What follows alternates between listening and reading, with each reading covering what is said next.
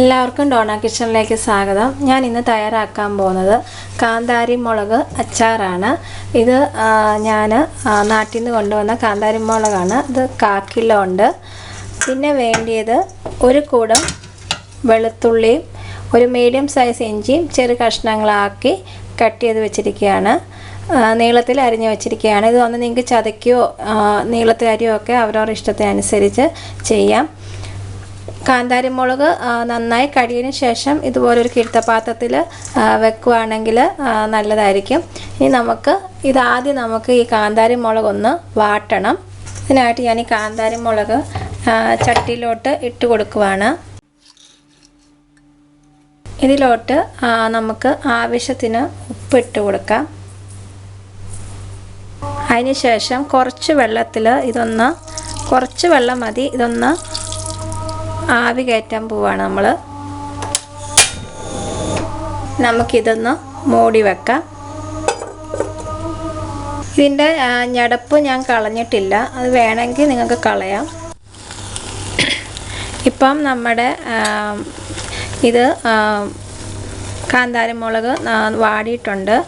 ഇത് നമുക്കിനി തീ ഓഫ് ചെയ്യാം. ഇനി നമുക്ക് നല്ലെണ്ണ ഒഴിക്കാം. നല്ലെണ്ണയിൽ അച്ചാർ ഉണ്ടാക്കുന്നതാണ് എപ്പോഴും നല്ലത്. നല്ലെണ്ണ കുറച്ച് കൂടുതൽ വേണം. ഒരു 1.5 ടീസ്പൂണോളം നല്ലെണ്ണ ഞാൻ ഒഴിച്ചിട്ടുണ്ട്. നമുക്ക് കടുക് ഇട്ട് കൊടുക്കാം. ഇനി ഇതിലോട്ട് നമുക്ക് വെളുത്തുള്ളി ഇഞ്ചി ഇട്ട് കൊടുക്കാം. പിന്നെ കറിവേപ്പിലയും ഇട്ട് കൊടുക്കാം. നാട്ടിൽ വളരെ സുലഭമാണ് കാന്താരി മുളക്. അപ്പോൾ കിട്ടുമ്പോൾ സമയത്ത് ഇതുപോലെ നിങ്ങൾ അച്ചാറൊക്കെ ഉണ്ടാക്കി വെക്കുകയാണെങ്കിൽ കഞ്ഞിയൊക്കെ കുടിക്കുമ്പം വളരെ നല്ല ടേസ്റ്റോട് കൂടി കഴിക്കാം. ഇനി ഇതിലോട്ട് ഞാൻ ചേർക്കാൻ പോകുന്നത് 1/4 ടീസ്പൂൺ മഞ്ഞൾപ്പൊടി ചേർക്കുവാണ്. അതോടൊപ്പം തന്നെ 1/4 ടീസ്പൂൺ ഉലുവാപ്പൊടി ചേർക്കുന്നു. പിന്നെ കായം കൂടെ ചേർക്കുവാണ്.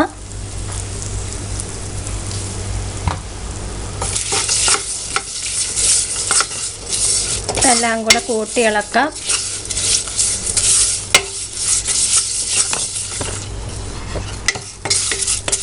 അതിനുശേഷം നമ്മുടെ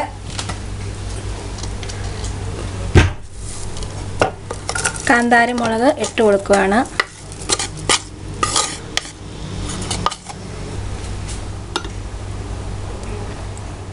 പിന്നെ വിനാഗിരി ഒരു 1.5 ടേബിൾ സ്പൂണോളം വിനാഗിരി ഒഴിച്ചിട്ടുണ്ട്. വളരെ രുചികരമായിട്ടുള്ള കാന്താരി മുളക് അച്ചാർ ഇവിടെ റെഡി ആയിട്ടുണ്ട്. എല്ലാവരും ട്രൈ ചെയ്ത് നോക്കുക. നാട്ടിൽ വളരെ നല്ല സുലഭമാണിത്. ഗൾഫിലുള്ളവരും നാട്ടിൽ നിന്ന് വരുമ്പോൾ ഇത് കൊണ്ടുവന്നാൽ ഇങ്ങനെ സൂക്ഷിച്ച് വെച്ചാൽ വളരെ നല്ല കറിക്കും ചോറ് കൂട്ടുമ്പോഴും കഞ്ഞിക്കൊക്കെ വളരെ നല്ല ടേസ്റ്റാണ്. അപ്പം അടുത്ത റെസിപ്പിയെ വരുന്നത് വരെ എല്ലാവർക്കും നന്ദി, നമസ്കാരം. Thank you.